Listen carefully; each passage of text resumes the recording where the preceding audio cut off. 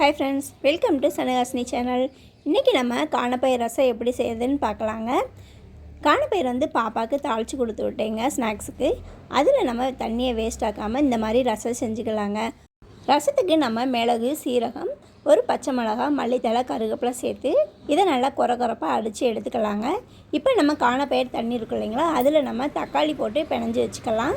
கடாயில் எண்ணெய் விட்டு கடுகு, உளுந்து, சீரகம், வெந்தயம் சேர்த்து இது நல்லா பொரியவும் நம்ம அரைச்ச விழுதையும் சேர்த்து மல்லித்தழை, கருவேப்பிலை, பட்டை வத்தல், பெருங்காயத்தூள், வெந்தயப்பொடி சேர்த்து நல்லா தாளித்து எடுத்துக்கலாங்க.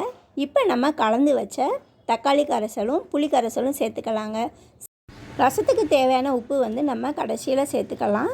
இந்த மாதிரி ஒரு கொதி விட்டு இறக்கணும்னா சூப்பரான காணப்பயிர் ரசம் ரெடிங்க. நீங்களும் செஞ்சு ட்ரை பண்ணி பாருங்கள்.